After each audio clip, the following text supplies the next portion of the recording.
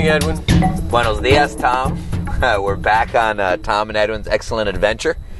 We're actually on our way back to Chicago, Illinois from Wilmington, Delaware, which we spent a great deal of time in. We got to see a little bit more of the state, actually, than Wilmington. Because of all my wrong turns. That's possible. You need to be led by the Spirit, Tom. Yeah. We got to be in. We were in Newark, Wilmington, Middletown, Old and Newcastle. Okay. And sort of everywhere in between. So it was a lot of fun. That was a great trip. Have a great trip. So we little recap for today. Last night we got to meet with John Molina Moore, who's co-pastor at Calvary Presbyterian and works at Red Clay Presbyterian.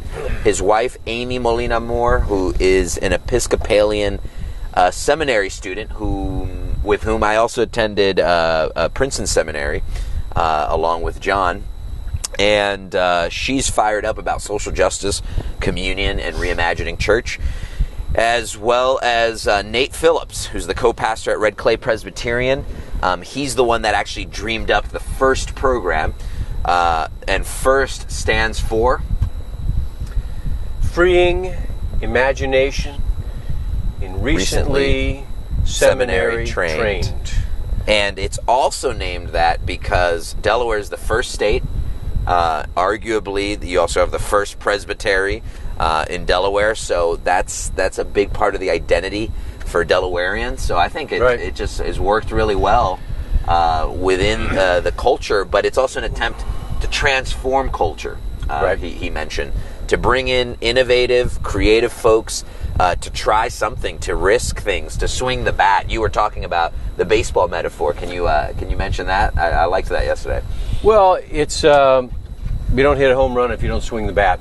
And with the FIRST program, they aren't trying to define or shape anything. They're trying to provide opportunities for people like you and,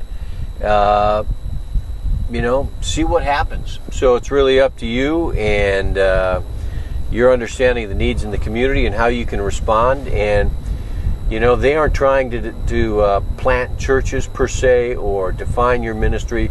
They're saying, here's the one thing that you need to at least get started, which are some financial resources. From that point on, it's up to you. As they said last night, they've already got full-time gigs. It's not their job to necessarily even coach you or mentor you or supervise you. You're on your own. Yeah. Though my big takeaway from last night is, most importantly, they do want to be partners with you.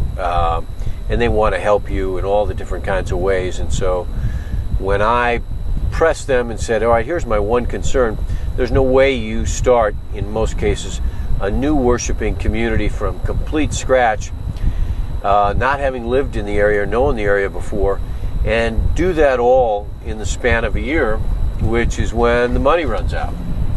And they were very straightforward. They recognized that. And the other thing they said is, you know what, we believe that there's additional money out there, and we would want to partner with Edwin, on trying to find that during the course of the next year for the future.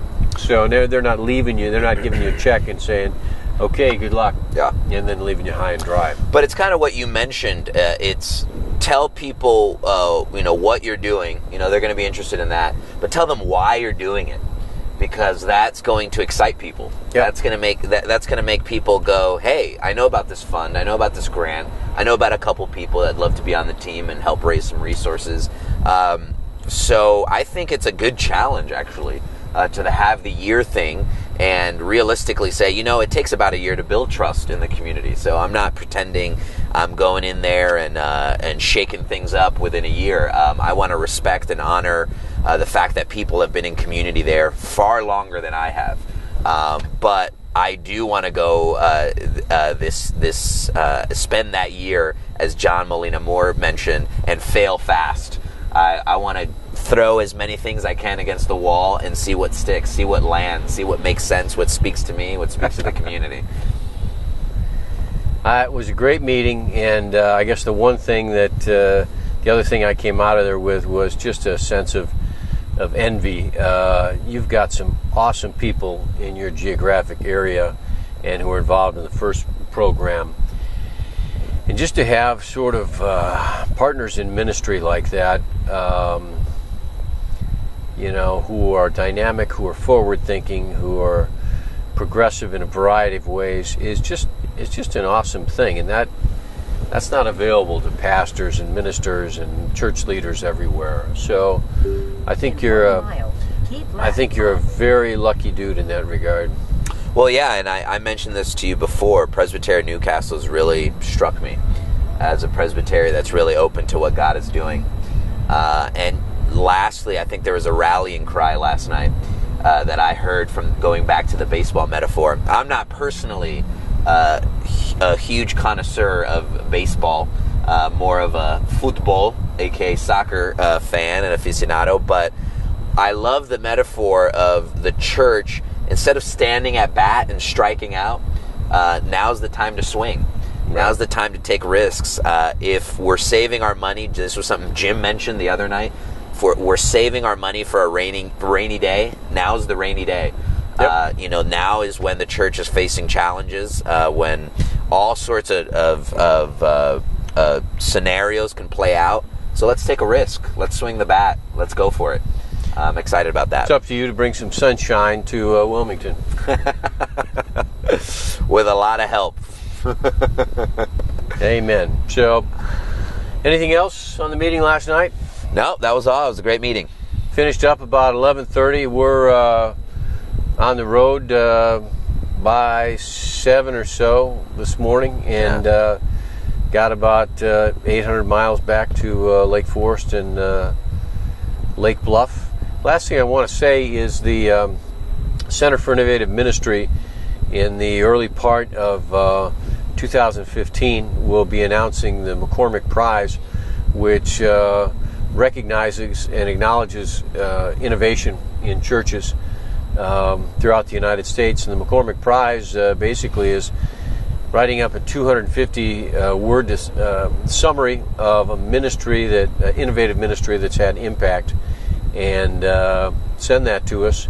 We've got a group of judges who will choose the winner, and they get $5,000 as well as some national publicity. And the first program, about setting recently graduated seminarians free to try some things, is absolutely the sort of program that we're excited to hear about. So that's what's cooking with the McCormick Prize. You can get more information on that at the Center for Innovative Ministry website.